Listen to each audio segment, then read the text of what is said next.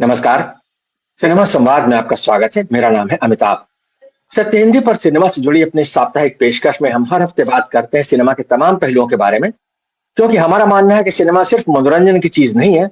Cinema समाज से संवाद का सबसे सीधा और सबसे सशक्त माध्यम है और समाज की सोच को गहराई तक प्रभावित करने की क्षमता रखता है। इसलिए सिनेमा पर लगातार सिलसिलेवार गंभीर बातचीत होती रहनी चाहिए। आज इस कड़ी में हम एक बहुत अहम मसले पर बात करने वाले हैं और वो मसला एक फिल्म की वजह से फिर से जो है वो समाज में कहना चाहिए काफी जोर पकड़ गया, और वो है सिनेमा में जिस तरह से ऐतिहासिक किरदार दिखाए जाते हैं, खासतौर से जो ऐतिहासिक पृष्ठभूमि पर बनी फिल्में हैं उनमें जब हिंदू मुस्लिम किरदारों का मसला आता है कहीं, तो वो जो किरदार दिखाए जाते हैं उनके चित्रण को लेकर के समाज में जिस तरह की भावनाएं पैदा होती हैं, क्या सिनेमा कहीं ना कहीं प्रत्यक्ष या अप्रत्यक्ष रूप से जानते हुए या न जानते हुए अनजाने में ही वो भावनाएं भड़काने का काम कर रहा है? क्या समाज में उन्माद फैला रहा है? हम बात कर रहे हैं छावा फिल्म के संदर्भ में, जो कि जैसा कि अब तक बहुत सारे दर्शक जान चुके होंगे, जो नहीं जानते उनको बता देते हैं कि ये औरंगजेब और छत्रपति शिवाजी महाराज के बेटे छत्रपति संभाजी महाराज के बीच के कहना चाहिए संघर्ष की कहानी है, और उसमें किस तरह से संभाजी पर औरंगजेब ने जो जुल्म ढाए थे, जिस तरह से उनके साथ व्यवहार किया, उसकी वजह से ये जो है फिल्म जो है वो चर्चा में है। और करके अलग तरह की प्रतिक्रिया भी आई है, जिससे कि कहीं ना कहीं सांप्रदायिक भावनाएं भड़की हैं, एक उन्माद का माहौल पैदा हुआ है, उस पर राजनीति तेज हुई है। उसके बहाने हिंदू मुसलमान की जो बाइनरी पहले से चल रही है हमारे समाज में, पिछले कुछ समय से हम देख रहे हैं समाज में और सियासत में, कहीं ना कहीं उसको भी बल मिला है। तो आज हम इसी मसले पर बात करना चाहते हैं कि क्या हिंदी का जो मुख्य धारा का सिनेमा है, क्या वो सिनेमा भी एक तरीके से देखा जाए तो सांप्रदायिक विद्वेष का औजार बन रहा है, या समाज में नफरत फैलाने का औजार बन रहा है, या कहें कि ये जो एक हिंदू मुस्लिम बाइनरी है उसको आगे बढ़ाने का काम कर रहा है, या सीधे सीधे कहें कि क्या सिनेमा भी मुस्लिम विरोध का औजार बन रहा है? क्योंकि पिछले 10-11 साल में हमने देखा है कि लगातार के ऐसी फिल्में आई जिनसे कि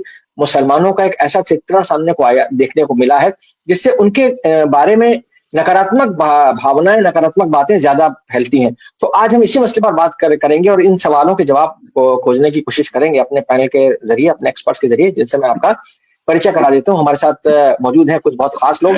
हमारे साथ जबरमल पारख साहब हैं, हिंदी सिनेमा के बहुत गंभीर गहरे विशेषज्ञ हैं, दशकों से हिंदी सिनेमा के बारे में लगातार लिख पढ़ रहे हैं, वह बहुत सारी किताबें लिख चुके हैं। हमारे साथ ब्रह्मात्मा जी हैं, जो कि हिंदी के एक बहुत प्रतिष्ठित, बहुत कहना चाहिए परिपक्व, बहुत वरिष्ठ फिल्म समीक्षक हैं, दशकों से इस फिल्म समीक्षा का काम कर रहे हैं, कई किताबें वो भी लिख चुके हैं। सौम्या बैजल जी हैं, जो कि टिप्पणीकार हैं, रंगमंच से जुड़ी हुई हैं और सांस्कृतिक गतिविधियों में शामिल होती रहती है, हमारी चर्चाओं में भी शामिल होती हैं। हितेंद्र पटेल साहब हैं, जो कि प्रोफेसर हैं और सांस्कृतिक मसलों पर लगातार हमारी चर्चाओं में शामिल होते हैं, सिनेमा में गहरी दिलचस्पी रखते हैं, हमारी चर्चाओं में शामिल होते हैं। और शिवा असलम फहमी साहिबा हैं, जो कि टिप्पणीकार हैं, पत्रकार हैं और वीडियो जर्नलिस्ट भी हैं, किंतु परंतु नाम का एक वीडियो चैनल भी चलाती हैं यूट्यूब पर, और हमारे कार्यक्रमों में लगातार शामिल होती रही। शिवा जी, मैं बातचीत की शुरुआत आज आपसे ही करना चाहता हूँ।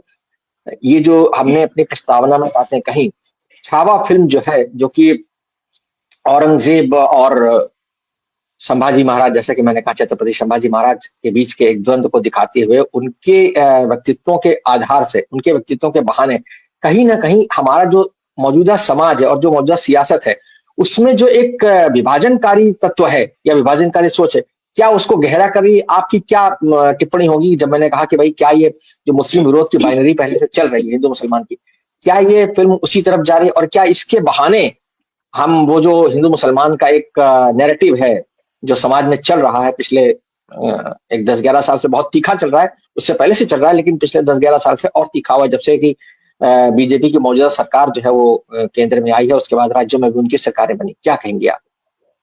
बहुत शुक्रिया अमिताभ साहब। क्योंकि ये सिनेमा संवाद कार्यक्रम है और हम सिनेमा को केंद्र में रख करके बात करते हैं, इसलिए ये बात सही है कि आप इस तरह से बात को शुरू करें कि क्या सिनेमा को इस्तेमाल किया जा रहा है हिंदू मुस्लिम बाइनरी को, नफरत को, फॉल्ट लाइन को आगे बढ़ाने के लिए। इसमें मैं सिर्फ ये बात आपको चाहती हूँ जोड़ना कि दर्शक ये समझे कि ये एक मेटा प्रोजेक्ट है, बड़ा प्रोजेक्ट है। ये सिर्फ सिनेमा नहीं है। भारत के हिंदी प्रदेश के जितने त्योहार हैं उन सबको मुसलमानों के विरुद्ध मोड़ दिया गया है। कोई भी त्योहार हो, अभी आपने देखा होली जैसा त्योहार या गरबा या दिवाली या कुछ भी कोई भी त्योहार आप देख लीजिए, उसको इस तरह इस्तेमाल किया जा रहा है जैसे वो मुस्लिम विरोध का कोई त्योहार हो और उस दिन हमें मुसलमानों को मजा चखाना है। कांवड़ यात्रा होती है तो वहां से लेकर के कोई शोभा यात्रा हो, कोई जागरण हो, कुछ हो, उसको मुसलमानों के विरुद्ध उसका हथियारबंद उसको कर दिया गया है। इसके अलावा आप शिक्षा देखें, शिक्षा में वो सारी चीजें, शिक्षा में वो चैप्टर्स हटा लिए गए हैं जहां पर वो मुसलमानों के प्रति द्वेष पैदा नहीं कर सकते, और वो चैप्टर्स जोड़ दिए गए हैं जहां द्वेष पैदा किए जा सकते हैं। एक बड़े भाजपा की एक बड़ी नेता ने कहा कि मुसलमानों के लिए अलग अस्पताल बनाए जाए, ये अस्पताल अलग कर लेने चाहिए। तो मार्केट के लिए बार बार कहा जा रहा है कि हम मुसलमानों से ना कुछ खरीदेंगे, ना बेचेंगे, ना उनको अपने क्षेत्रों में दुकानें चलाने देंगे। कोई भी त्योहार आता है, शिवरात्रि हो या और कोई त्योहार हो, सबसे पहले मुस्लिम होटल्स अगर वो वेजिटेरियन खाना बेच रहे हैं तब भी वो बंद करा दिए जाते हैं। इसके अलावा कारोबार की नजर से अगर आप देखें तो पूरा बाइकॉट का एक माहौल चल ही रहा है, जिसमें ये भी कहा गया कि कुंभ कुंभ जैसा आयोजन हुआ तो कहा गया कि वहां कोई मुसलमान प्रवेश नहीं कर सकता, किसी मुसलमान को दुकान नहीं खोलने देंगे। यही बात अयोध्या में कही गई, जब अयोध्या का उद्घाटन हो रहा था मंदिर का, तब भी यही बात कही गई। तो ये सिर्फ सिनेमा नहीं है। सिनेमा क्योंकि एक बहुत ही ऑर्गेनाइज तरीके से प्रोडक्ट अपना तैयार करता है, उसकी एक बहुत बड़ी मार्केटिंग होती है, और वो एक पर्टिकुलर टाइम फ्रेम में जब कोई सिनेमा आता है तो वो उसका एक हम देखते हैं, असर देखते हैं सब तरफ, तो इसलिए हम बात कर रहे हैं कि सिनेमा को किया जा रहा है। और कोई एक सिनेमा नहीं है, पूरा का पूरा एक जॉनर है जिसको सिर्फ इसलिए बनाया जा रहा है कि वो सियासत के काम आ सके। उसमें कोई एंटरटेनमेंट वैल्यू नहीं है। उसमें अगर मैं फिर वापस जाऊंगी एनिमल जैसी फिल्म में, एनिमल के का जो विलेन है उसको जो भी अबरार नाम रखा गया, वो हिंदू बाप का मुसलमान बेटा, फिर उसमें दिखाया गया उसके हरम है, उसकी बहुत सारी पत्नियां हैं और वगैरह वगैरह। बिल्कुल बेवजह का एंगल जोड़ा गया था, मुस्लिम एंगल जोड़ा गया था, और ये बताया गया था कि ये आदमी जो इतनी हत्याएं कर रहा है, जो हीरो है रणबीर कपूर, जो इतनी हत्याएं कर रहा था, वो फिर भी हीरो रहा, और अबरार विलन कैसे बना, उसकी कोई बैक स्टोरी भी इतनी खास नहीं है, लेकिन वो विलेन बना। तो ये एक इसको अब हम लोग इस मासूमियत से बाहर आए कि सिनेमा को कुछ लोग इस्तेमाल कर रहे हैं, नहीं, सिनेमा को नहीं, हर जगह पैसा लगा करके वो बातें की जा रही है जिससे मुस्लिम का डेमोनाइजेशन हो। सिनेमा का मामला यह है कि आप वो बातें जो झूठी हैं उनको आप बनाते हैं और खुद ही बिल बिलाते हैं, मतलब पैसा लगा के खुद अपने समाज को उत्पीड़ित करते हैं, उनको बौखलाते हैं, उनके उनको उद्वेलित करते हैं, उनके अंदर एक केमिकल रिएक्शन पैदा करते हैं। इसके लिए आप इतना पैसा खर्च करते हैं, प्रोस्थेटिक का इस्तेमाल करते हैं, मार्कआउट दिखाते हैं, एक्शन का इस्तेमाल करते हैं और उनको उबालते हैं, और जब वो उबलने लगते हैं तो फिर उसका इस्तेमाल सियासत में करते हैं, उसका इस्तेमाल नागपुर जैसी घटनाओं में करते हैं। तो अब ये बड़ा मुश्किल हो गया है कि सिनेमा को सिनेमा की तरह उस पर बात की जाए, और इसके इर्द गिर्द एक इकोनॉमी है, जो उसका प्रोड्यूसर, डायरेक्टर और एक्टर है, उन सबको उन एक क्षणिक फायदा है, एक छोटा सा फायदा। ये लोग इतिहास में गंदगी के लिए ही याद रखे जाएंगे, लेकिन एक क्षणिक फायदा है कि करियर थोड़ी देर और जिंदा रहेगा या थोड़ा पैसा कमा लिया गया है। इसके अलावा आप ये देखिए, पूरा एंटरटेनमेंट मीडिया, सिर्फ सिनेमा ही नहीं, और मैं जितने भी कॉरपोरेट्स के, खासकर अंबानी अडानी के न्यूज चैनल्स हैं, उनके हर प्रोग्राम को मैं कहती हूँ आप देखें, वो भी एंटरटेनमेंट में बदल चुके हैं, और वो भी नफरत बेस्ड एंटरटेनमेंट। तो हमारे यहाँ हिंसा और नफरत एंटरटेनमेंट का जॉनर बन चुका है, और वो किसी बाहर के, मतलब आप ये देखिए ना, महाराष्ट्र में इतना बड़ा इल्जाम लगा इलेक्शन कमीशन के ऊपर, इलेक्टोरल रोल के ऊपर, अगर उस पर बात होती, उस पर फिल्म बननी चाहिए थी कि किस तरह से पूरा डाका डाल दिया गया। उस पर बात होनी चाहिए कि जो महाराष्ट्र में स्टॉक एक्सचेंज है उसकी परफॉर्मेंस खराब हो गई है, महाराष्ट्र में धरावी का इतना बड़ा मुद्दा चल रहा है, वहां गरीब लोगों के लिए हालात खराब है, वहां के जंगलों को और वहां के पर्यावरण को माइनिंग के लिए दे दिया गया है। ये सारी बातें जो महाराष्ट्र की भी अगर आप बात करें तो ये सारी बातें महाराष्ट्र का मेन स्ट्रीम विमर्श होना चाहिए था इस समय। लेकिन जी वहां का मेन स्ट्रीम विमर्श कुछ और कर दिया गया है। तो ये सिनेमा के लिए नहीं, सिनेमा सियासत के लिए है। जी शुक्रिया। जी, बहुत शुक्रिया। आपने बहुत अहम कुछ मसले उठाए हैं। मैं हितेंद्र पटेल साहब आपके पास आता हूँ। आप प्राध्यापक हैं, आप सांस्कृतिक, सामाजिक विषयों पर लगातार चर्चा भी करते हैं, अपने छात्रों के बीच में भी जाते हैं और बृहत्तर समाज में भी बातचीत करते हैं। ये जो हम सिनेमा के संदर्भ में बात कर रहे हैं, जैसा कि शिवा जी ने कहा कि ये मसला सिर्फ सिनेमा का नहीं रह गया है, ये एक सिनेमा ऑफ कोर्स उस प्रोजेक्ट का हिस्सा है उनके हिसाब से। और मैं आपसे जानना चाहूंगा, क्या ये जो एक मध्ययुगीन ऑब्सेशन है हमारा, क्या ये जो मध्ययुगीन ऑब्सेशन कह लीजिए, या कह लीजिए कि वो जो कहानियां हैं हिंदू मुसलमान राजाओं की, नवाबों की, बादशाहों की, उनके जरिए आज के समाज में हम ये जो हिंदू मुसलमान की बाइनरी है उसको दिखा करके क्या हम ये साबित करना चाहते हैं? क्या कहीं ना कहीं ये प्रोजेक्ट जो है उसको तेज किया जा रहा है कि भाई मुसलमान देखिए कितने क्रूर होते थे, मुसलमान ऐसे होते थे। जैसा कि अभी उन्होंने कहा कि भाई वो अबरार जो है वो उसका एक, उसकी कई पत्नियां हैं, वो बहुत क्रूर है, वो हत्यारा है, वो खलनायक है। लेकिन हीरो जो है वो हीरो भी कर रहा है, लेकिन हीरो वो जो है आपका रणबीर कपूर फिर भी हीरो है, क्योंकि वो उसकी हत्या हत्या नहीं है। लेकिन जो अबरार है, जो बॉबी देओल का कैरेक्टर है, वो एक विलेन का कैरेक्टर दिखाया गया। बहरहाल ये मैं आपसे जानना चाहूंगा, क्या ये कहीं ना कहीं एक एंटी इस्लामिक प्रोजेक्ट का हिस्सा है कि मतलब ये एक जो होता है, या इसको आप क्रिएटिव लिबर्टी के फ्रेम में देखना चाहिए कि नहीं भाई ठीक है, सिनेमा बना रहे हैं तो क्रिएटिव लिबर्टी लेने का हक है उनको। तो क्रिएटिव लिबर्टी की आड़ में क्या ऐसा हो रहा है कि समाज में नफरत फैलाई जा रही है, या इसको हम सिर्फ ऐसे देखना चाहें कि नहीं ठीक है, फिल्म वालों को हक तो है थोड़ा बहुत, मुगले आजम अगर बना सकते हैं तो छावा भी बना सकते हैं। जी क्या कहेंगे आप? मैं सबसे पहले ये कहूंगा कि ये पुराना मामला है। ये क्रूड फॉर्म में फिल्मों में आया है अब, लेकिन ये जो मेटा प्रोजेक्ट की बात कर रही थी शिवा, ये प्रोजेक्ट राष्ट्रीय प्रोजेक्ट का ही हिस्सा है। अब ये थोड़ा अजीब लगेगा आपको सुनने में, लेकिन ये लेट 19th सेंचुरी से ही, मतलब राष्ट्रवादी जो मन बना है उसमें ही मुस्लिम विद्वेष के तत्व छुपे हुए हैं, लेकिन वो एक्सप्लिसिटली फिल्मों में नहीं आता था। वो फिल्मों में एक खास किस्म की तरलता होती है और उसमें खास किस्म से स्पेसिंग होती है, तो मतलब एलोकेशन होता है मामलों का। तो उसमें तैयब अली प्यार का दुश्मन, हाय हाय में जो गाना याद करिए, तो उस हर जगह मुसलमान लड़का मुसलमान लड़की से ही प्रेम करता था, आदि आदि। तो ये तो एक सिंपलिस्टिक मामला था समाज में। ये तो मुसलमान का विद्वेष जो है वो किसी न किसी रूप में बना हुआ था, लेकिन वो छुपा हुआ था।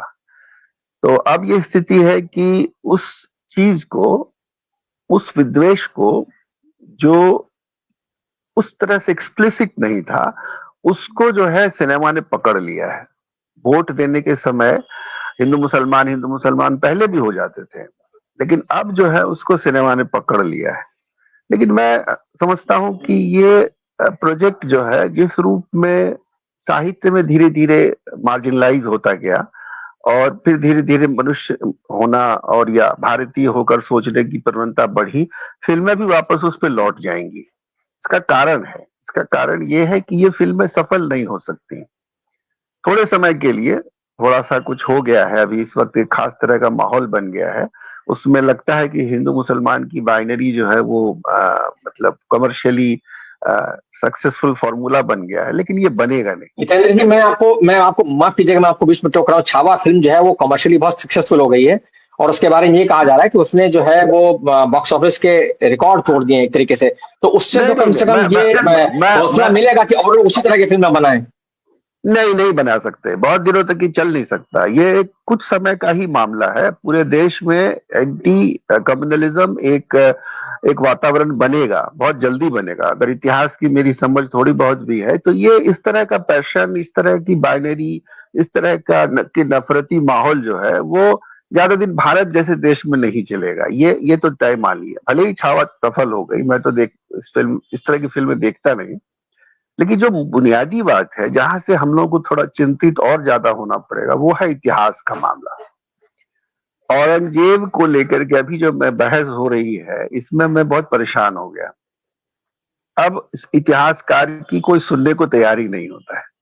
अब अतीत के बारे में इतिहासकार की जो समझ है, जो दुनिया सरकार ने क्या लिखा या उस समय के लोग क्या लिख रहे थे, या कह रहे थे, ये सच्चाई क्या, इससे किसी को कोई मतलब नहीं है। और एक ऐसा वातावरण रच दिया गया है जो कि मीडिया और सिनेमा दोनों में हावी हो गया है, वो रचा जा रहा है और उसका मुकाबला समाज को करना चाहिए। तो मैं तो यही कहूंगा कि मैं सब बातों से इत्तेफाक रखता हूँ, शिवा जी की हर बात से इत्तेफाक रखता हूँ, लेकिन मुझे लगता है कि वातावरण बदलने के लिए समाज को आगे बढ़कर अपनी जिम्मेदारी, बौद्धिकों की जिम्मेदारी जो है बढ़ती है, और हमको इतिहास, मीडिया और सिनेमा तीनों स्पेसेस के बारे में और गहरी बातचीत करनी चाहिए, लोगों को इसमें शामिल होना चाहिए, इसके लिए आंदोलन होना चाहिए। ये कोई बहुत सिनेमा का स्पेसिफिक मामला नहीं है, ये पूरे समाज में ये चीज चलाई जा रही है और उसका विरोध होगा, और वो जी होना शुरू होना चाहिए। बस इतनी सी बात कहूंगा, जी। फिर बाद में सेकेंड राउंड में कुछ मौका मिलेगा तो मैं एक दो बातें और जोड़ना शुक्रिया, चाहूंगा। बिल्कुल बिल्कुल। मैंने जी, आपने आपने जो कहा कि ये सिर्फ सिनेमा का मामला नहीं, इसीलिए मैंने अपने प्रस्तावना में शुरू में ही कहा कि क्या ये जो है उस किसी एक बृहत्तर योजना का हिस्सा है, सिनेमा को भी उस प्रोजेक्ट में शामिल कर लिया गया है। सौम्या जी, आपके पास आता हूँ। जैसा अभी पटेल साहब कह रहे थे कि ये जी बहुत दिन तक चलने वाला नहीं, उनको उम्मीद है कि ये बहुत दिन तक चलेगा नहीं, लेकिन मान लीजिए जितने भी दिन चलता है उतने दिन तक तो हमारे समाज का ये कुछ ऐसा नुकसान करके जा रहा है कि जिससे उभरने में समाज को समय लगेगा। क्योंकि जैसे जी अब मान लीजिए नागपुर में हिंसा हो गई, या औरंगजेब जी को लेकर के इस वक्त जो पूरे देश भर में एक किस्म से बवाल छिड़ा हुआ है, हर आदमी जो है औरंगजेब पर चर्चा कर रहा है खामखा। जो जी शख्स जो है वो 300 साल पहले, 300 साल पहले गुजर गया, उसके बारे में आज उसको खलनायक बना करके भी हमें क्या मिलने वाला है? नायक या खलनायक जो भी बनाना चाहे, उससे क्या हासिल होने वाला है? क्योंकि आज के समाज की समस्याएं वो हिंदू मुसलमान दोनों के लिए लागू होता है। आज की समाज की समस्याएं बिल्कुल अलग है। तो ये जो जी बात है, क्या आपको लगता है कि ये एक बहुत ही वक्ती चीज है, मतलब ये बहुत टेम्पररी चीज है, और ये टेम्पररी जो चीज है सिनेमा में वो खत्म हो जाएगी जैसा कि पटेल साहब उम्मीद जता रहे थे?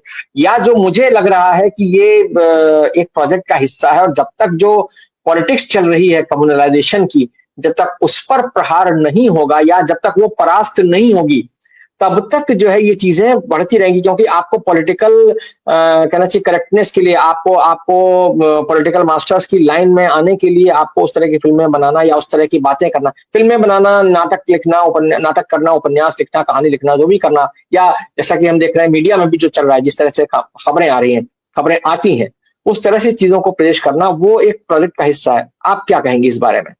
जी सभी को नमस्कार। और शिबा जी की हर बात से मैं पूरी तरह सहमत हूँ। हितेंद्र जी ने जो उम्मीद की किरण दिखाई है, मैं चाहती हूँ कि मैं उसके साथ समर्थन में खड़ी रहूं, लेकिन मैं हूं नहीं। और मैं आपको बताती हूँ क्यों।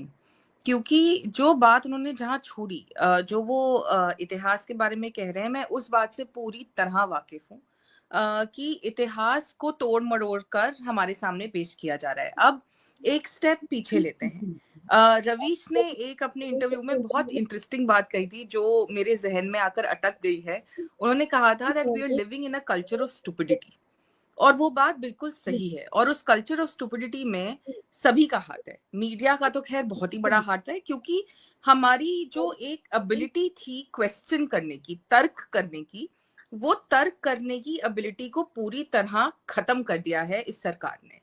अब उसमें क्या था, उसमें हम मीडिया में हमें सवाल उठाने की क्षमता थी। हम पूछ सकते थे, हम समझ सकते थे, हम सवाल उठा सकते थे, ये सोची कि हाँ हमें जो दिखाया जा रहा है वो शायद गलत है। मीडिया ने वो हमारी क्षमता खत्म कर दी। हमें जो पढ़ाया जा रहा है, जिस टोन में पढ़ाया जा रहा है, उसमें वो सवालात खत्म कर दिए गए हैं। हिस्ट्री में सिलेक्टिव पैसेजेस हटाए जा रहे हैं। तो अब जो जनरेशन्स आ रही हैं, वो जो सिनेमाई परिवेश में देख रही हैं, वो उसी को सत्य मान रही हैं। मैं ये नहीं कह रही हूँ कि सिनेमा पे ये भार है कि मतलब वो डॉक्यूमेंट्रीज की तरह अपनी फिल्में बनाएं और वो सच ही सच दिखाएं, मैं ये नहीं कह रही हूँ। लेकिन प्रॉब्लम ये है कि जब हिस्ट्री से आपने वो अंश हटा दिए, तो जो आप हिस्ट्री की तरह दिखा रहे हैं वही हिस्ट्री माना जा रहा है। प्लस हिस्ट्री के बारे में जितने कॉन्वर्सेशंस हैं, मतलब people are not listening to the great historians. Romila Thapar आकर कुछ कह रही हैं तो उनको डिस्क्रेडिट किया जा रहा है। जो दूसरी मशीनरी नॉन स्टॉप काम कर रही है, जो डिस्क्रेडिट कर रही है इंटेलेक्चुअल स्पेसेस को, डिस्क्रेडिट कर रही है हिस्टोरियंस को, डिस्क्रेडिट कर रही है जी फैक्ट को, वो भी एक मशीनरी है जो साथ साथ चल रही है, जो कंडीशन कर रही है ऑडियंसेस को कि वो वही माने जो उन्हें दिखाया जा रहा है। जो उन्हें दिखाया जा रहा है वो एक सिंगुलर बाइनरी नैरेटिव है।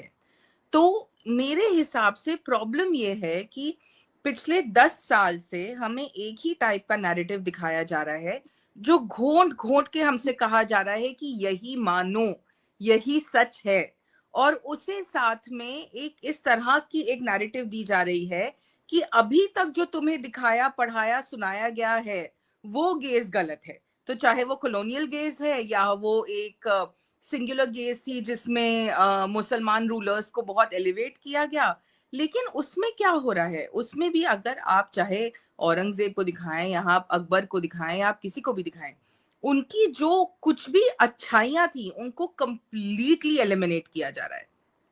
तो अकबर को आपने क्यों हटाया है टेक्स्ट बुक से? क्योंकि आप बर्दाश्त नहीं कर सकते कि एक मुसलमान राजा सेक्युलर था। तो मुगल्स को अगर आपको टोटली डिमोनाइज करना है तो आप you are trying to go after Aurangzeb so that you can prove कि सारे मुसलमान ऐसे होते हैं। साथ में ही ये जो इनकी यहाँ ऐसा होता है, हमारे यहाँ ऐसा नहीं होता, ये इनका हमारा बहुत क्लियरली हिंदू मुसलमान हो गया है। तो ये जो एक पूरा नैरेटिव है जिसमें बीच में हिस्ट्री है, सराउंड में सिनेमा है, साथ में सराउंड में मीडिया है, ये सब कुछ मिल के एक नैरेटिव प्रिपेयर कर रहा है। इसलिए मुझे लगता है कि अगर ये अगले 5 से 7 साल भी और चला तो जो जनरेशन्स आज शायद 15, 16, 18 साल के हैं, जो अगले 10 साल में चलिए 25, 30 साल के हो जाएंगे, उनके लिए सिर्फ कट्टर हिंदुत्व ही रियलिटी होगा समाज का। तो अगर जी वही समाज है तो वो रिवोल्ट किस चीज के लिए करेंगे? उन्होंने तो समाज देखा ही नहीं ना कोई और। तो बिल्कुल इसलिए आज में वो रिवोल्ट करना बहुत जरूरी है। हमारे पास इंतजार करने की गुंजाइश है नहीं। एक तो ये पार्ट। बिल्कुल दूसरा पार्ट जो मेरे लिए बहुत ज्यादा फिल्म के लिए इंपॉर्टेंट हो जाता है वो ये है कि एक तो फिल्म के नैरेटिव्स हैं फिल्म की, लेकिन जो भाषा है, both visual language and written language, जिस तरह से बोला जा रहा है, जिस तरह से दिखाया जा रहा है, इस बात से मैं पूरी तरह सहमत हूं कि अगर आप 2000s की भी कोई भी फिल्म उठाकर देख लीजिए, विलेन हमेशा हमेशा मुसलमान था, जो टेररिस्ट था वो हमेशा मुसलमान था। तो ये जो एक नैरेटिव था कि पहले ऐसा नहीं था, वो बात सच नहीं है। मतलब हितेंद्र जी ने जो बात कही है वो बिल्कुल सही है कि सबलिमिनली हमारे यहाँ हमेशा जब सिनेमा में विलेन था या टेरर ऑर्गेनाइजेशन था वो मुसलमान ही था। इसलिए इतना आसान था कि आज की तारीख में आप मुसलमान को इतना लेजिटिमाइज करके विलेनी में दिखा सकते हैं, इसलिए किसी के सवाल नहीं उठ रहे हैं। क्योंकि 90s, लेट 90s और 2000s में आपने दिखाया कि अरे देखो 9/11 में तो ओसामा ने ही अटैक किया था, इसलिए कुर्बान में क्यों नहीं हो सकता विलेन मुसलमान? तो वही आप दिखाते चले गए तो आज की तारीख में ये लेजिटिमेसी पा रहा है। तो प्रॉब्लम ये है, और इस समय मेरा बहुत स्ट्रॉन्ग मानना है कि जिस तरह का समाज है उसमें जो हिंदू पॉपुलेशन है, the Hindu population needs to stand up and start revolting, not because it is not because there is patronization towards Muslims, but because जी मुसलमान पॉपुलेशन खड़े होकर नहीं लड़ सकती, क्योंकि उनको इस कदर डिमोनाइज कर दिया गया है, इस कदर खौफ में जी रहे हैं कि जब उमर आकर बात करता है पीस और कॉन्स्टिट्यूशन की, वो 4.5 साल से जेल में है बिना ट्रायल के। तो हम जी जैसे लोग जो बोल्स्टर्ड हैं अपने रिलीजन आइडेंटिटी से, चाहे हम उस रिलीजियस आइडेंटिटी को माने या ना माने, मैं एज एन एथीस्ट नहीं मानती अपनी हिंदू आइडेंटिटी को, लेकिन एट द सेम टाइम अपने नाम से मैं बोल्स्टर्ड हूँ। तो मेरा काम है आज की तारीख में अपना घर खोलने का और इंटरफेथ इफ्तार करने का। मेरा काम है आज की तारीख में अपने मुसलमान दोस्तों के साथ रहने का और उनके साथ खड़े होने का और इन जी सिनेमैटिक जो परिवेशों के बारे में विरोध करने का। ये बिल्कुल अब हमारी बिल्कुल आपने जिम्मेदारी आपने बहुत गंभीर बात कही है और है। जी आपने अपनी बातचीत के क्रम में रोमिला थापर का जिक्र किया था। मैं तो ये कहना चाहता हूं कि लोग रोमिला थापर की इतिहास को छोड़ दीजिए, जदुनाथ सरकार को भी नहीं पढ़ रहे हैं, जिन्होंने कि औरंगजेब के बारे में एक दक्षिणपंथी नजरिए से लिखा है। आप उनको जी बिल्कुल। मतलब कम से कम वामपंथी खेमे में शामिल नहीं कर सकते, क्योंकि उनका एक जी अलग तरह का इंटरप्रिटेशन रहा है। लेकिन अजय जी, मैं आपके पास आना चाहता हूँ, जो सौम्या जी ने जहां पर बात को छोड़ा है, उन्होंने खैर एक व्यापक सामाजिक संदर्भ में बात का विस्तार किया कि मतलब ये हिंदू समाज की जिम्मेदारी है। बिल्कुल सही बात है। लेकिन जब हम सिनेमा के संदर्भ में बातचीत को थोड़ा वापस लेकर आते हैं, जब हम सिनेमा के बारे में देखते हैं और छावा फिल्म के बारे में देखते हैं, छावा फिल्म के जो निर्माता निर्देशक हैं या उसके कलाकार हैं या जो उस फिल्म के लेखक हैं, उनमें से किसी की तरफ से इस बारे में कोई प्रतिक्रिया नहीं आती कि भाई उनकी फिल्म की वजह से समाज में असंतोष ही नहीं बढ़ा, समाज में एक तरह की अशांति फैल गई। और सरकार के मंत्री जो है बाकायदा इस बारे में कह रहे हैं कि छावा में देखो क्या दिखाया गया है, इतिहास वहां से देखो। तो उससे उनको शायद हो सकता है एक गर्व की अनुभूति होती है कि हाँ भाई, हमारी फिल्म ने जो है सरकार को खुश कर दिया है। जैसा कि कश्मीर फाइल्स और केरल स्टोरी के संदर्भ में भी कहा जाता था कि केरल स्टोरी और कश्मीर फाइल्स जैसी फिल्मों को सरकार की तरफ से प्रोत्साहन दिया गया बाकायदा कि आप जाकर देखिए ऐसी फिल्में, जिससे आपको समझ में आया कि हाँ भाई, कश्मीर में क्या हुआ था और ये लव जिहाद के नाम पर क्या हो रहा है, केरल में क्या हुआ था, वगैरह वगैरह। लेकिन मैं सिनेमा के संदर्भ में अजय जी आपसे सवाल पूछना चाहता हूँ, क्या सिनेमा फ्रेटर्निटी की तरफ से कोई एक तरह की जो जिस विरोध की बात हम कर रहे हैं, और हम एक बौद्धिक समाज होने के नाते अपनी तरफ से उसका प्रतिरोध करते हैं, लेकिन फ्रेटर्निटी जो सिनेमा जो फिल्में बना रहा है, जहां से इस तरह की फिल्में आ रही हैं, वहां इस तरह की कोई आवाज उठती है क्या, या उस तरह का कोई लगता है क्या? और अगर नहीं उठ रही है तो क्या हम ये मान लें कि चूंकि फिल्में तो सिर्फ पैसे के मतलब उसमें चलती हैं, क्या भाई अच्छी फिल्म बन गई, कामयाब हो गई, तो सबको लगता है कि इसी तरह की फिल्म बनाओ। तो अब लगातार जो है हमको क्या छावा जैसी फिल्में देखने को मिलेंगी? क्या बॉलीवुड का ये जो प्रोजेक्ट है, मिडिवल हिस्ट्री से जो उसका ऑब्सेशन है और वहां से जो कहानियां निकाल के लाते हैं, तो अभी हम देखेंगे कि भाई कैसे महाराणा प्रताप और अकबर का युद्ध हुआ था, कैसे उसमें क्या क्या दिखाया गया, या राजपूत राजाओं और मुगल बादशाहों के बीच में जो लड़ाइयां हुई, उनके हम कई संस्करण देखेंगे। क्या कहेंगे आप? अजय जी के जी, बोलने आप से सभी पहले का मैं 30 सेकंड्स ले लूं अजय जी, प्लीज 30 सेकंड्स। जी बस एक छोटी सी चीज मुझे और कहनी थी कि जहां हम ये कहते हैं कि मुगल्स ने इतनी लड़ाई करी, ये किया वो करा, भाई लड़े भी तो किसी से ना, तो खाली अकेले तो जाके तलवार नहीं चला रहे थे, कोई आके नहीं, वो तो हम उनसे कह ही लड़ा रहे तो हैं, होगा। वो हम कह ही रहे हैं, वो तो हम कह रहे हैं ना, वही तो हम कह रहे हैं कि वो बस जाहिर ये बात है, और वो हिंदू, कहनी थी। इसीलिए मैंने राजपूत राजाओं और मुगल बादशाहों का जिक्र किया। वो बात तो है ही, और उसी को आज की तारीख में हिंदू वर्सेस मुसलमान कर दिया गया है। जी अजय जी। जी देखिए, सिनेमा में जो थोड़ा बहुत मेरा मिलना जुलना और नजदीक से जानना होता है, उसमें मैं एक सूचना तो अभी दे ही दूं कि इसी निर्माता के पास, छावा के ही निर्माता के पास एक स्क्रिप्ट आई जिसमें राजपूत राजा और मुगलों की कहानी थी, राजस्थान का परिवेश था, और वो एक अगेन साहित्यिक कृति पर बेस्ड थी।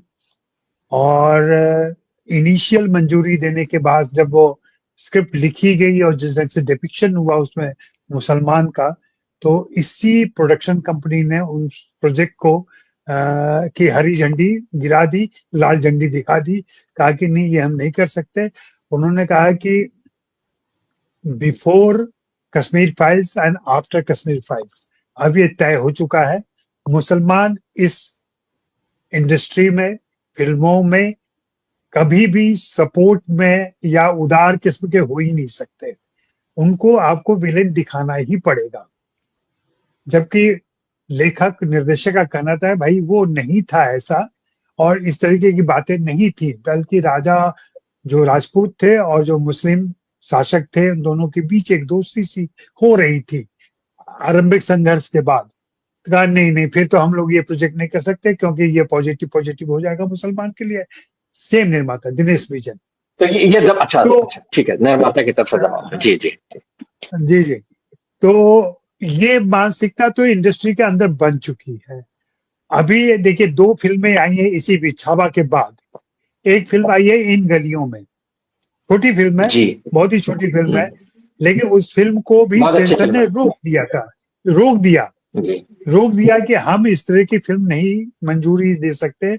हाई कोर्ट जाना पड़ा, रिवाइजिंग कमेटी में गए, वहां जाके बहस करनी पड़ी, झगड़े करने पड़े, तब जाकर के इस फिल्म को मंजूरी मिली। किसी ने निर्देशक से पूछा कि अगर इसमें लड़का मुसलमान होता, लड़की हिंदू होती तो क्या हो जाता? तो कहता नहीं, वो तब तो बिल्कुल ही नहीं होता, तब तो लव जिहाद का मामला हो जाता और ये फिल्म मेरी फिर रिलीज ही नहीं हो पाती। एक दूसरी फिल्म आई है द डिप्लोमेट, जिसको बहुत कम लोगों ने देखा है। मैं कहूंगा कि जी, आप गाना प्रेम। इसी में कहीं एक सुनहरी रेखा भी है, इसी में कहीं उजास भी है, जिसको जानने के लिए डिप्लोमेट को देखनी जरूरत है। डिप्लोमेट एक सच्ची कहानी पर आधारित है, ज्यादा पुरानी नहीं, 2017 की कहानी है, जहां उज़्मा अजमत नाम की एक लड़की थी जो गलती से या अपनी कह लें गफलत में चली गई थी पाकिस्तान, और वहां वो फंस गई थी। और कैसे सुषमा स्वराज की पहल पर और जेपी सिंह नाम के डिप्लोमेट की पहल पर उस लड़की को, उज़्मा को भारत वापस किया गया। और जब वो फिल्म मेरे जैसा व्यक्ति जो किसी भी प्रकार के राष्ट्रवाद विद इन कोर्ट में बिलीव नहीं करता, इस फिल्म को देखते हुए मैं भावुक हुआ जब वो भारत बाघा बॉर्डर से पार करती है और धरती को चूमती है। मेरे लिए वो संदर्भ बहुत महत्वपूर्ण था। एक मुस्लिम औरत है, एक भाजपा की सरकार है, वहां सुषमा जी, स्वराज है, उधर जेपी सिंह है, जी, लेकिन वो भारत की नागरिक है और पाकिस्तान एक मुस्लिम देश से, घोषित रूप से मुस्लिम देश से भारत आना चाहती है। उसके लिए ये सारी डिप्लोमेसी की जा रही है। तो ऐसा नहीं है कि ये सब कुछ खराब हो गया है और अब कोई सुधार नहीं हो सकता। इसी में कहीं कहीं छोटी छोटी चीजें हो रही हैं।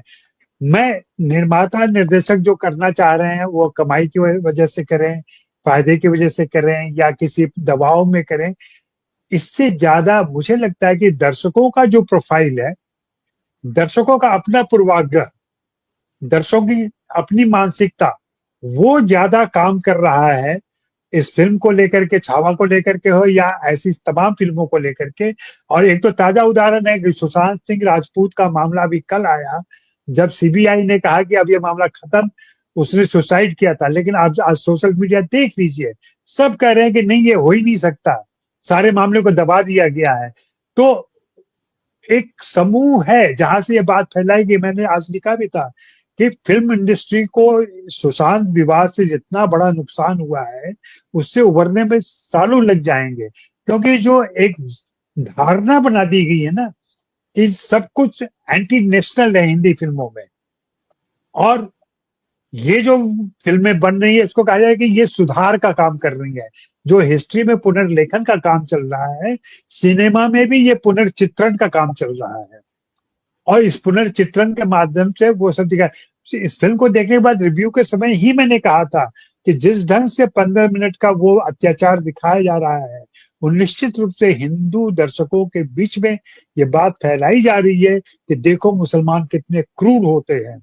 सिर्फ मुसलमान औरंगजेब नहीं था, औरंगजेब की बेटी वहां खड़ी है जो अत्याचार करवा रही है सारी चीजें।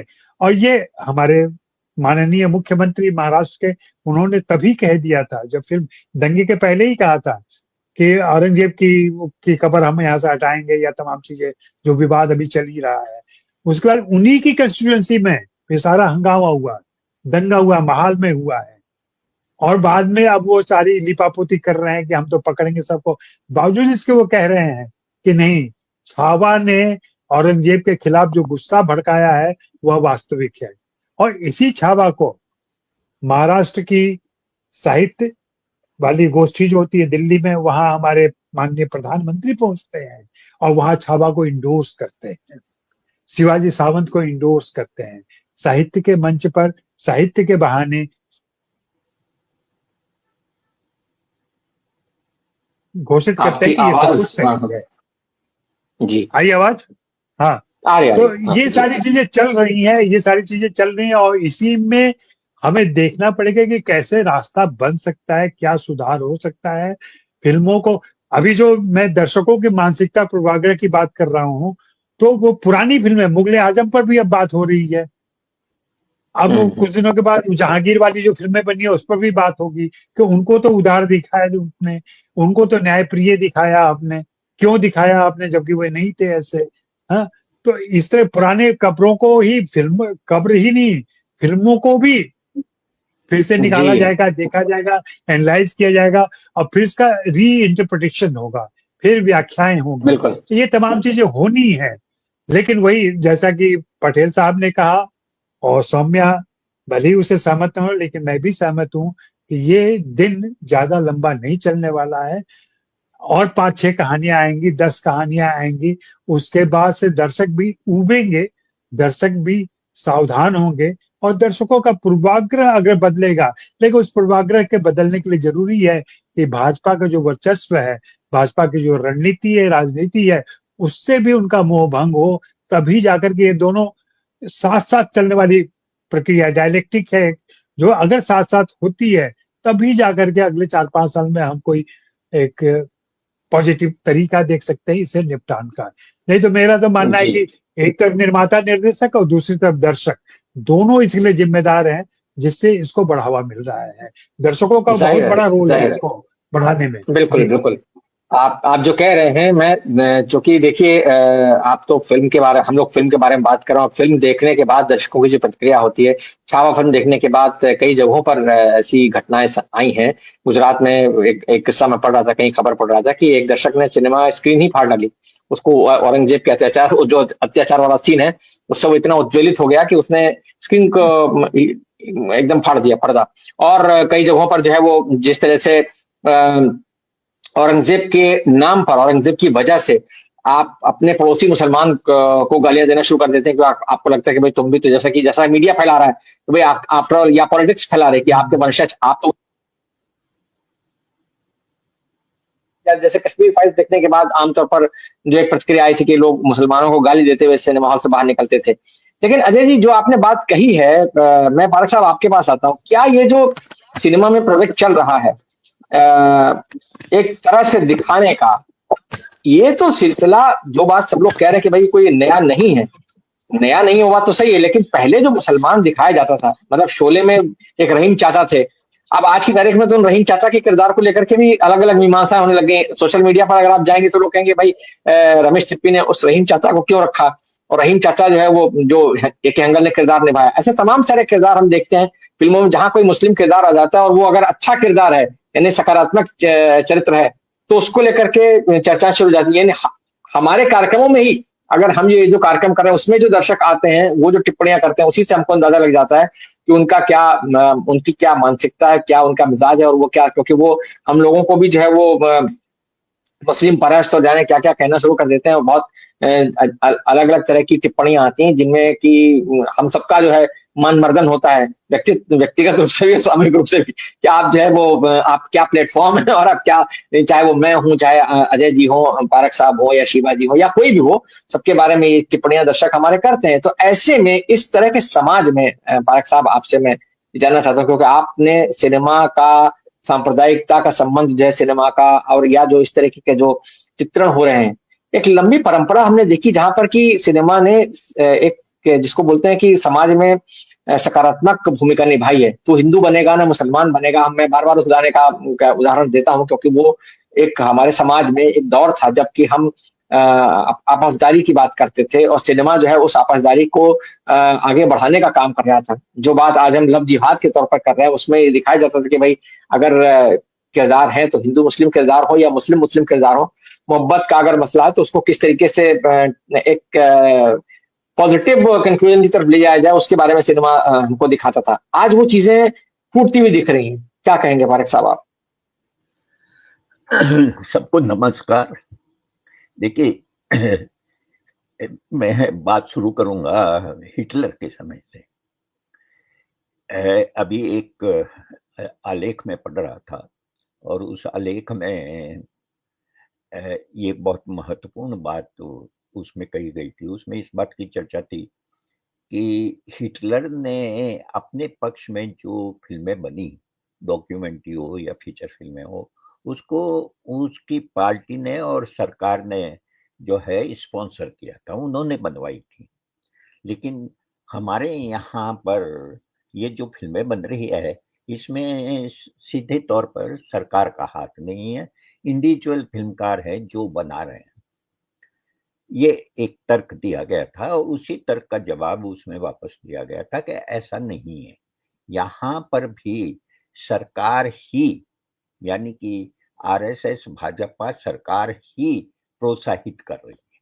वही फिल्म जो है बना रही है, सीधे तौर पर नहीं, यानी कि वो produced by government of India नहीं है या प्रोड्यूस्ड बाय आरएसएस बीजेपी नहीं है, लेकिन उसके पीछे जो जिनका धन लग रहा है, जिनका बल लग रहा है, जिनकी समझ लग रही है, वे वही लोग हैं जो आज सत्ता पर काबिज है। इसलिए यह गलतफहमी नहीं रहनी चाहिए, कभी जो कुछ भी हो रहा है वो सहज और स्वतः हो रहा है, नहीं, इसके पीछे एक वही प्रोजेक्ट जो है, उसी प्रोजेक्ट के तहत ये जानते हुए जब 1933-34 में हिटलर इस बात को समझ गया था कि ये विजुअल माध्यम जो है, फिल्म जो है, इतना शक्तिशाली माध्यम है कि इससे जनता की सोच को बदला जा सकता है, उनकी इंडिविजुअल समझ को बदला जा सकता है और उन्हें मनुष्य की बजाय भीड़ में तब्दील किया जा सकता है।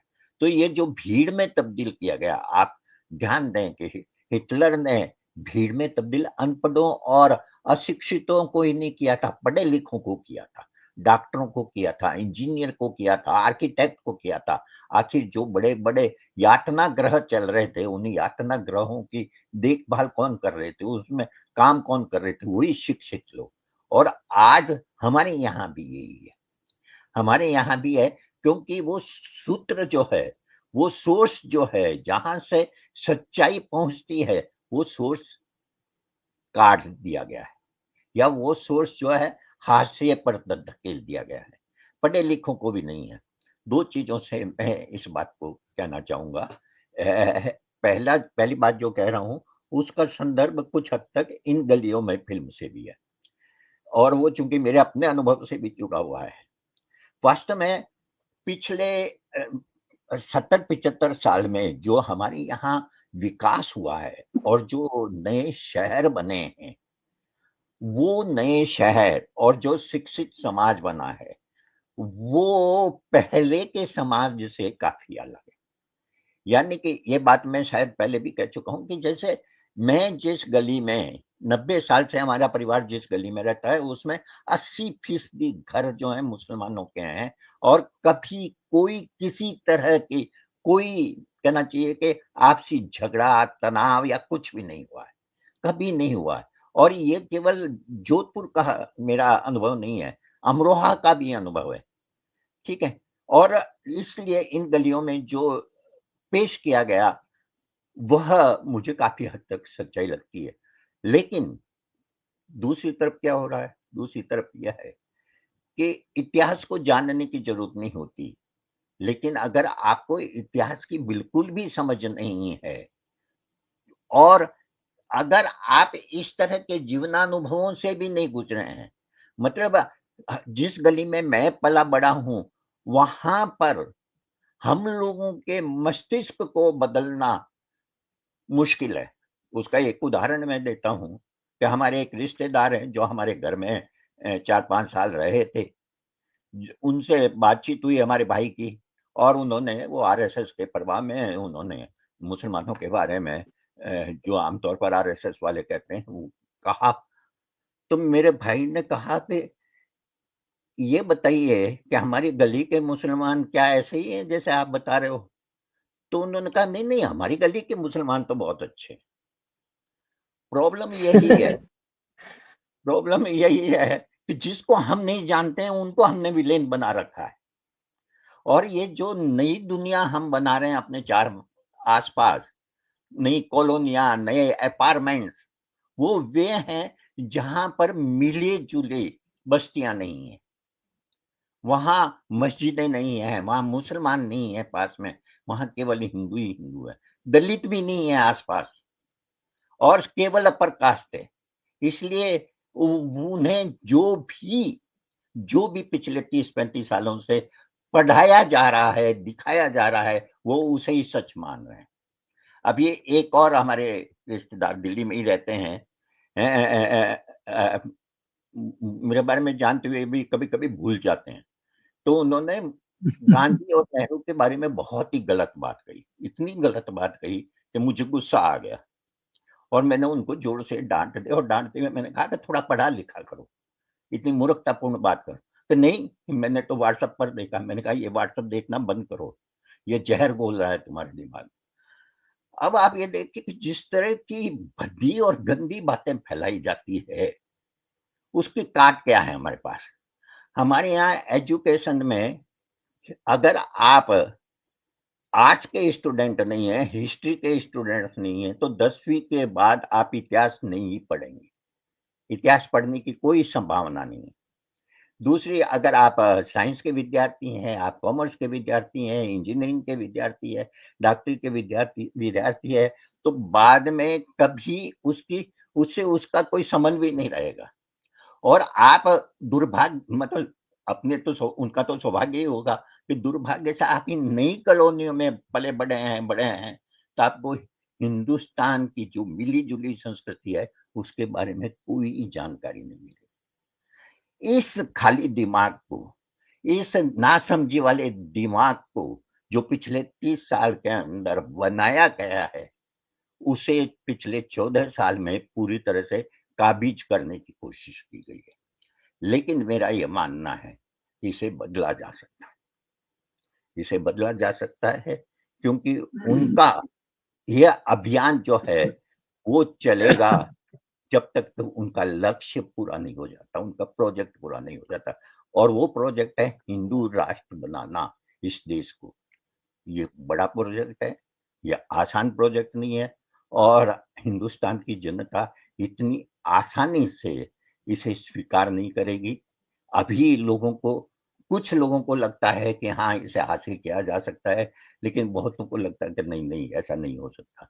लेकिन जब सचमुच ये खतरा बिल्कुल उनके दरवाजे पर, उनके मुंह पर आकर खड़ा होगा, तब हिंदुस्तान के लोगों को उसका मुकाबला करना पड़ेगा। वो एक बड़ी लड़ाई होगी, पता नहीं उसका क्या हश्र होगा, लेकिन उसके बिना ये खत्म होने वाला नहीं है। और यही, और सिनेमा उसमें एक बहुत, मतलब एक महत्वपूर्ण रोल तो निभा रहा है इस सारे जी इसमें, लेकिन वह अकेला नहीं है। बहुत कुछ है, हमारा एजुकेशन जाहिर है, है। हमारी नई कॉलोनियां है, हमारा पूरा समाज है, और सबसे बड़ी हमारी राजनीति है, जिसका मुकाबला करने के लिए जो सेक्युलर फोर्सेज है वो बहुत कमजोर है। जी आपने बिल्कुल, जीव आपने जो पर बात कही है, जी करा। जी बिल्कुल, बहुत शुक्रिया, बहुत जी जी धन्यवाद। मैं शिवाजी आपके पास आता हूँ दूसरे दौर की जो हमारी बातचीत है, हमारे पास जो समय है उसमें मैं उम्मीद करूंगा कि आप सबसे कि आप लोग थोड़ा संक्षेप में अपनी बात को खत्म करें ताकि सब लोग अपनी अपनी बात रख सकें। लेकिन मेरा जो सवाल कह लीजिए या मेरा जो ऑब्जर्वेशन है, जैसे भी पारक साहब अभी बोल रहे थे, ये कितनी इंटरेस्टिंग बात है। जब हम लोग छावा के बारे में बात करें तो मुझे याद आ रहा है कि ये फिल्म जो है वैलेंटाइन डे के दिन रिलीज हुई थी। 14 फरवरी को फिल्म रिलीज होती है, वैलेंटाइन डे के दिन यह फिल्म रिलीज होती है। सोचिए, जो कि प्यार का, जिसके बारे में, जिसको प्यार से जोड़ा जाता है, और वो फिल्म जो है कितना जबरदस्त नफरत फैलाने का एक एजेंडा बन जाती है और क्या औजार बन जाती है। और मतलब इस फिल्म के बारे में अभी जो बात कही जा रही थी, जो अजय जी भी कह रहे थे और सौम्य जी ने भी कही, कैसे पॉलिटिक्स इसको बढ़ावा दे रही। जब मैं कश्मीर फाइल्स का जिक्र कर रहा था, इस फिल्म के बारे में भी प्रधानमंत्री जी ने भी जिक्र किया, इसका उसको उन्होंने सराहा एक तरीके से। और बाकायदा इस फिल्म के लिए महाराष्ट्र सरकार के मंत्रियों की तरफ से शो आयोजित किया गया, सबको बताया गया देखने के लिए। ऐसे में शिवाजी, जो हम बात कर रहे हैं कि सिविल सोसाइटी के प्रतिरोध की, या जो बात अभी जहां पारक साहब ने खत्म किया कि बहुत सेकुलर जो फोर्सेस है उनका जो प्रतिरोध है, उनकी जो आवाज है, जो उनकी हैसियत है, वो लगातार कमजोर होती जा रही है। तो ऐसे में हमारे पास, हम जैसा जैसा मान लीजिए सिनेमा संवाद का जो हमारा मंच है, जहां से हम अक्सर इस तरह की बातें उठाते रहते हैं, वो जो चीजें हैं, ये मेलोड्रामा, ये डेमोनाइजेशन, ये हिस्ट्री को तोड़ मरोड़ करके पेश करना, हिंदू मुस्लिम की बाइनरी लाना, और वो प्रोपेगेंडा सिनेमा बनाना, इसका जो तोड़ है, क्या आपको लगता है जो हमारा समाज है उसके लिए तैयार है? या जो बातें अभी हितेंद्र पटेल साहब ने कही थी बहुत आशावादी दृष्टिकोण के साथ में, कि ज्यादा चलेगा नहीं, अजय जी ने भी उसका समर्थन किया, कहा कि ज्यादा चलने वाला नहीं, आपको लगता है ये ज्यादा चलेगा नहीं? नहीं, अमिताभ साहब, ये हम और आप नहीं तय कर पाएंगे, ना समझ पाएंगे, सिवाय इसके कि इसको इस तरह से देखें कि जब पाकिस्तान में अहमदियों के खिलाफ और शिया लोगों के खिलाफ हो रहा था, तो क्या शिया और अहमदियों के करने का था? वो तो वहाँ के मुसलमान, जो मेन स्ट्रीम के बहुसंख्यक मुसलमान थे, सुन्नी, उन्हीं के करने का था, उनके करने से ही फर्क पड़ना था और वहीं से आवाजें निकली भी। और आज वो लोग बहुत सामने से आकर के न सिर्फ ये कि वहां बात करते हैं, बल्कि आप देखते हैं बहुत अच्छी तस्वीरें आती होली मनाते हुए वहां के जो अल्पसंख्यक हिंदू हैं, या दिवाली मनाते हुए जो, और सेल्फ क्रिटिकल वो लोग वो बना रहे हैं, ड्रामे बना रहे हैं और एंटरटेनमेंट मीडिया का इस्तेमाल कर रहे हैं। चाहे वो खुदा के लिए वाली फिल्म हो, चाहे वो अभी जो आई है, अभी जो उनका ड्रामा खत्म हुआ है, तन मन नीलो नील, अगर आप देखें तो वो लोग इस पर सवाल उठा ही रहे हैं। मेरा ये मानना है कि देखिए, जनता में आक्रोश है अपने हालात को लेकर के, जो उसने जो कुछ खोया है पिछले 10-12 सालों में, उसको लेकर के कहीं वो सवाल ना कर दे, तो गुस्सा किस पर हो? गुस्सा इतिहास पर हो, वर्तमान पे ना हो। 30,000 से ज्यादा महिलाओं का रेप होता है भारत में हर साल। इस रेप पर किसी तरह की कोई उद्वेलित नहीं हो रहा है। इससे आप देखें, इस समय हिंदू जितने मारे जा रहे हैं विभिन्न वजहों से, उनको चाहे आप किसान कह लें, चाहे पत्रकार कह लें, चाहे युवा कह लें, चाहे श्रद्धालु कह लें, कुछ भी नाम रख लें, उनको हिंदू ना कहें, उसके अलावा कोई और कैटेगरी कहें, तो आपको पता चलेगा कितने हिंदू मारे जा रहे हैं, बेमौत मारे जा रहे हैं। मनोज चंद्रकर की हत्या जिस तरह की है ठेकेदार ने, उसके ऊपर कितना बड़ा आंदोलन होना चाहिए था। पत्रकार भी नहीं बोल पाए ज्यादा। पत्रकारों के हर शहर में प्रेस क्लब है भारत में, लेकिन यही पत्रकार जो हिंदू मुस्लिम करते रहते हैं, वो अपने साथी के लिए नहीं बोल पाए। और भी इस तरह के कई पत्रकार जो मारे गए, उनके लिए कोई नहीं बोल पाया। तो गुस्सा जो है वो 300 साल पीछे जाकर के किसी विषय पर निकलना चाहिए। आज जो मोदी सरकार की और डबल इंजन की सरकारों की जो कॉम्प्रिहेंसिव विफलताएं हैं, और जो लूट है, और जो जिस तरह से अडानी को सब कुछ दिया जा रहा है, जिस तरह से अभी अभी अंबानी को कौड़ियों के भाव जमीन दी गई है, ये सारा कुछ इस पर बात ना हो और गुस्सा 300 साल पिछली किसी घटना पर घटे, निकल जाए, इसकी पूरी कोशिश है। और इसलिए मुझे लगता नहीं है कि हमारी विशफुल थिंकिंग से, अच्छा सोचने से, सद्भावना से कुछ भी होगा। सद्भावना से सियासत में कुछ नहीं होता है। और हमने देखा है कि पूरे पूरे राष्ट्र राज्य इसके चंगुल में आकर के तबाह हुए हैं। इस बार हमारी बारी है, हमें स्वीकार कर लेना चाहिए। आप जो अपने कमरे में बैठ के और हम लोग अपने अपने घरों में बैठ करके जो ये बातें कर पा रहे हैं, हम सड़क पर ये बातें नहीं कर सकते। और ये बहुत जरूरी बात है समझने की कि आप ना सच बोल सकते हैं, ना तथ्य बता सकते हैं, ना आप इस पर बात कर सकते हैं जो अभी की घटनाएं हैं, बेड़ियों में भारतीय वापस आ रहे हैं, वगैरह वगैरह जो कुछ हो रहा है, इतने बड़े बड़े धनाढ्य बिलियनियर्स भारत छोड़ करके जा रहे हैं, कुछ भी आप बात नहीं कर सकते हैं, सिवाय इसके कि आप मूक दर्शक बने रहें। लेकिन जहां जहां ये बजरंग दल, विश्व हिंदू परिषद और इनके गुंडों का नंगा नाच होता है, वहां जाकर के अगर सभ्य, शालीन और शरीफ हिंदुओं का भी जत्था वहां जाकर के वहां जा रोके और कहे ये मत करिए, ये ठीक नहीं है, तो शायद कुछ फर्क पड़े। जी, लेकिन उतरना सड़क पर पड़ेगा, सड़क से पे उतरने के अलावा कोई रास्ता नहीं है। जी। सड़क पर उतरना पड़ेगा। बहुत अच्छी बात आपने कही। पटेल साहब, आपके पास आता हूँ। आपने शुरू में जो आशावाद दिखाया था कि ये लंबा नहीं चलने वाला है, मैं वापस उसी तरफ लौटता हूँ। आपसे जानना चाहूंगा आपकी टिप्पणी। आपको क्या लगता है, ये जो सिनेमा के जरिए भी कह लेते हैं कि ये जो चीजें सामने आ रही हैं, इनको रोकने का क्या तरीका हो सकता है? कहीं से शोर आ रहा है। एक तो सबसे पहले मैं कहूंगा कि मेरे आशावाद के यथेष्ट कारण है, मैं उस पर वो नहीं जाऊंगा डिटेल्स में। मुझे लगता है कि मुसलमान समाज को भी का भी कोई दायित्व तो है इस समय।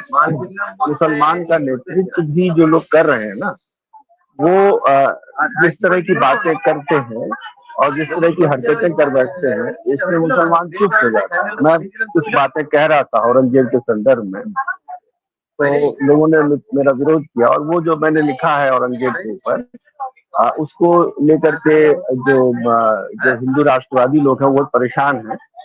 तो उन्होंने ये कहा मुझसे कि ये बताओ कि मुसलमान जो है ये मानता है क्या कि औरंगजेब जो है वो उस तरह का संकीर्ण था?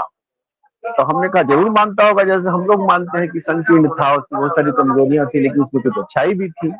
उसने कहा नहीं मानता है मुसलमान। तो मुझे लगता है कि मुसलमान समाज को भी अपने नेतृत्व को थोड़ा सा संदेश देना चाहिए। उनका भी एक दायित्व बनता है। एक दूसरी, अब हम सोल्यूशन की बात कर रहे हैं। दूसरी बात यह है कि सड़क पे उतरने वाला जो मामला है, ये कौन उतरेगा सड़क पे?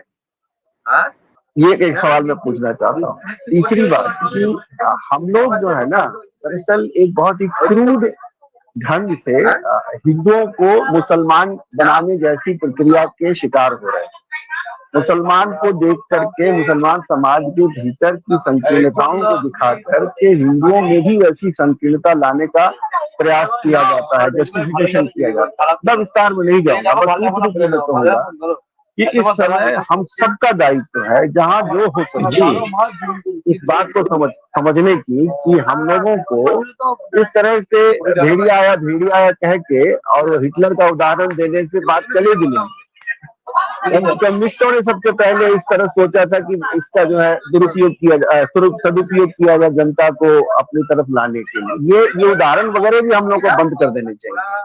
अब हम लोगों को ये समझना होगा कि भारतीय समाज मूलतः सद्भाव की तरफ जाने वाला समाज है। यहाँ हिंदू मुसलमान का ये खेल बहुत दिन तक चलेगा नहीं, और हम लोगों को आपसी बातचीत इस बात को आगे बढ़ाना चाहिए और उन जगहों पे जाना चाहिए। अब तो हम लोग तो एक ही तरह के लोग हैं, हम लोग ईश्वर की बात को सहमत हो जाएंगे, उससे क्या फर्क पड़ेगा। सोसाइटी में जो चल रहा है उसको उसके साथ इंगेज करना पड़ेगा, और इस क्रम में आपका मानवर्धन होगा, हमारा होगा, लेकिन उससे डरना नहीं चाहिए। पूरा विश्वास है मुझे कि भारतीय समाज में संकीर्णतावाद का ये खेल राजनीति के सहारे बहुत दिनों तक चलेगा नहीं। भारतीय समाज में चलेगा। जी, शुक्रिया। सौम्या जी, आपके पास आता हूँ। जहां पर हितेंद्र जी ने अपनी बात को खत्म किया, संक्षेप में बस आपकी टिप्पणी, उनका जो आशावाद जिन्होंने कहा कि ये बहुत दिन तक चलेगा नहीं, सकारात्मकता की तरफ ले जाना होगा, तो आपको लगता है कि वैसा सिनेमा जैसा कि सकारात्मक सिनेमा जिसकी उम्मीद हम कर रहे हैं वो फिलहाल आपको होता हुआ दिखेगा, या उसके लिए जिस तरह के प्रतिरोध की बात शिवा जी ने कही या हितेंद्र जी ने भी कही है ना, हालांकि उन्होंने जो बातें कही उसमें कुछ काफी सारे विवाद के सूत्र भी हैं, क्योंकि उन्होंने जो मुस्लिम नेतृत्व की बात कही है, बहुत सारी बातें कही, वो सिनेमा के दायरे से बाहर निकल जाती है, लेकिन फिर भी उन पर बात होनी चाहिए। उन पर हम अलग से विस्तार से बात कर सकते हैं, लेकिन फिलहाल आपकी टिप्पणी संक्षेप में। जी, 2-3 चीजें हैं जो मुझे कहनी है। एक, जो हम ये कहना चाह रहे हैं या मानना चाह रहे हैं कि ये ज्यादा दिन नहीं चलेगा, वो अपने आप नहीं जाएगा, वो उसमें हम सबको कुछ करना पड़ेगा, और उसके लिए हमारा काम है कि हम जहाँ छावा जैसी फिल्में रिलीज हो रही हैं वहां इन गलियों में जैसी फिल्मों के लिए जगह बनाएं। एक तो ये, और दूसरी चीज ये है कि हमें अगर फिराक जैसी फिल्में वापस लेकर आनी है, उनकी स्क्रीनिंग करवानी है, तो हम वो करें। दूसरी चीज मेरे हिसाब से ये है कि हम जो ये बात कह रहे हैं, मैंने पहले भी बात कही कि हिंदू समाज का बहुत बड़ा दायित्व है कि हम अपने जो मुस्लिम सिटीजन्स हैं उनको सेफ महसूस करवाएं और उनके साथ अपनी आवाज जोड़ें और उनके लिए आवाज उठाएं, not because we are patronising them but because उनके लिए सेफ स्पेसेस खत्म हो चुकी हैं। तो हमें अपने घर खोलने होंगे। मैं बिल्कुल पूरी तरह पारक साहब से सहमत हूँ कि ये कॉन्डोमिनियम्स में रहकर, सिटीज में रहकर मोहल्ले खत्म हो गए हैं, तो ये उनका घर हमारा घर बहुत ज्यादा हो रहा है। तो अपने घरों को खोलना पड़ेगा, जगहों को दोबारा बनाना पड़ेगा, जिससे कि वो जो डिवाइसिव एक नैरेटिव है वो एक्सपीरियंस से ब्रेक हो। वो एक्सपीरियंस नहीं होगा तो वो ब्रेक कभी नहीं हो सकता। तीसरी चीज जो मैं कहना चाहती हूँ, जो मेरे लिए बेहद इंपॉर्टेंट है, देखिए इतिहास और किताबों से भी रिश्ते खत्म हो रहे हैं लोगों के। तो अगर सिनेमा और entertainment is the only way people are consuming things and WhatsApp is the only way people are consuming things, तो काउंटर नैरेटिव के लिए कुछ चीजें हमें बनानी पड़ेंगी। तो हम ये बात जानते हैं कि व्हाट्सएप यूनिवर्सिटी वो है, तो मतलब जहर उगल रही है, वो बात बिल्कुल सच है। और अगर हिटलर के कंपैरिजन्स हैं, वो कंपैरिजन समझने जरूरी हैं, तभी हम उनका काउंटर नैरेटिव बना पाएंगे। तो मेरा मानना ये है कि ये अपने आप नहीं होगा, हमें we will have to get our hands dirty. अगर हमने अपने हाथ गंदे नहीं करे तो ये अगले 5 साल इतने डेट्रीमेंटल हो जाएंगे कि हमारे पास कुछ बचेगा नहीं बचाने के लिए। बस अजय जी, मुझे तो उम्मीद है कि चीजें बदलेंगी, और इसलिए मैं कह सकता हूँ कि आज मेरी बिल्डिंग में इफ्तार पार्टी हो रही है जो 17 साल के बाद हो रही है, और ये हम लोगों की पहल है कि ये हो। तो ये हुआ 17 साल के बाद। कम से कम आज जो बच्चे इसमें शामिल होंगे इसमें ना, उनके दिमाग में एक हल्का सा शिफ्ट आएगा। बिल्कुल। कि हम मिलके खाते हैं, चलिए, मिलके बहुत अच्छी खुश होते इस हैं। पहल के लिए आप सबको बहुत मुबारकबाद। जी जी, पारक साहब आपकी अंतिम टिप्पणी संक्षेप में, बहुत संक्षेप में। अपना अपना अपने आप को अनम्यूट कीजिए सर, आपकी आवाज नहीं आ रही हम तक। एक बात कहना चाहता हूँ। दरअसल जो बातें मैंने कही थी, सौम्या ने भी कही है, वो बातें अपनी जगह है, लेकिन इसके अलावा भी एक ये है कि सवालों को कभी कभी इस तरह से रखा जाता है कि जैसे आप या तो औरंगजेब के समर्थन में हो सकते हैं या औरंगजेब के विरोध में हो सकते हैं। अभी वाया पर मैंने एक इतिहास, अलीगढ़ मुस्लिम यूनिवर्सिटी के इतिहासकार को सुना था, और उन्होंने कई उदाहरण देकर बताया कि औरंगजेब अगर किसी से सबसे ज्यादा मिलता जुलता है तो वो मोदी जी है, नरेंद्र मोदी, बिल्कुल उसी तरह से। तो कहने का मतलब है कि मतलब उनमें भी कुछ अच्छाइयां थी औरंगजेब में, लेकिन पहली बार औरंगजेब ने धर्म और राज सत्ता को मिलाने की कोशिश की। ये उसमें मास्टरी कर रहे हैं जो अभी वर्तमान सत्ता में है, लेकिन रास्ता वही है। तो मेरे कहने का मतलब यह है कि आप कोई भी फ्यूडल शासक, अकबर से लेकर औरंगजेब तक और अशोक से लेकर राणा महाराणा प्रताप तक, अगर आप उनको पूरा खंगालेंगे तो अल्टीमेटली आपको मालूम पड़ेगा कि वो राजा थे बस। जाहिर बात है। जी जी, मैं इसलिए कह रहा हूं कि मुगले आजम को ध्यान से देखा जाना चाहिए। मुगले आजम में केवल अकबर ही सत्य नहीं है, उसमें वो संग तराश भी सत्य है, बिल्कुल जो बिल्कुल। यथार्थ की तस्वीरें बनाता है। और अकबर चलिए, जैसी भाषा को पेश करते हुए उस सच्चाई को भी वो फिल्म दिखाती है, और ये बहुत बिल्कुल ठीक कहा महत्वपूर्ण आपने, बहुत अच्छी बात आपने कही। आपने संतराश का किरदार याद दिलाया, तो संतराश की, जैसा कि अभी पटेल साहब भी कह रहे थे कि मान मर्दन की चिंता नहीं करनी चाहिए, तो संतराश की भूमिका में हम सब लोग कहीं ना कहीं आ ही जाते हैं कि हम जो है सत्ता को जो है लगातार जो है कहीं ना कहीं चैलेंज करते हैं अपने। बहरहाल ये बातचीत जो है इसमें आज बहुत सारे एलिमेंट्स निकल के आए। हाँ, आप कुछ कहना चाह रहे हैं? है मोहब्बत जिंदाबाद, वही गाना था ना। मोहब्बत जिंदाबाद, जी जी, बिल्कुल बिल्कुल बिल्कुल बिल्कुल सही बात है। तो मोहब्बत जिंदाबाद ही जो है वो हमारे आज के कार्यक्रम का कुल मिलाकर के हासिल होना चाहिए, हासिल है। हम तो यही चाहते हैं कि हाँ, समाज में अमन चैन है, और सिनेमा भी जो है वो समाज में अमन चैन के तरफ ही जो है वो कहानियां दिखाए। ये जो इतिहास की बातें हैं उनको अगर दिखाना भी है तो इस तरह से ना दिखाए कि कम से कम उससे समाज में विद्वेष फैले। तो ये जो बात है ये हो सकता है बहुत सारे लोगों को पचे नहीं, लेकिन फिर भी सिनेमा का अपना एक जो रोल है, जिसको हम बार बार कहते हैं कि सिनेमा से जो है उसका एक सकारात्मक रोल हो सकता है, क्योंकि समाज से संवाद का सबसे सीधा माध्यम है, हम बार बार कहते हैं।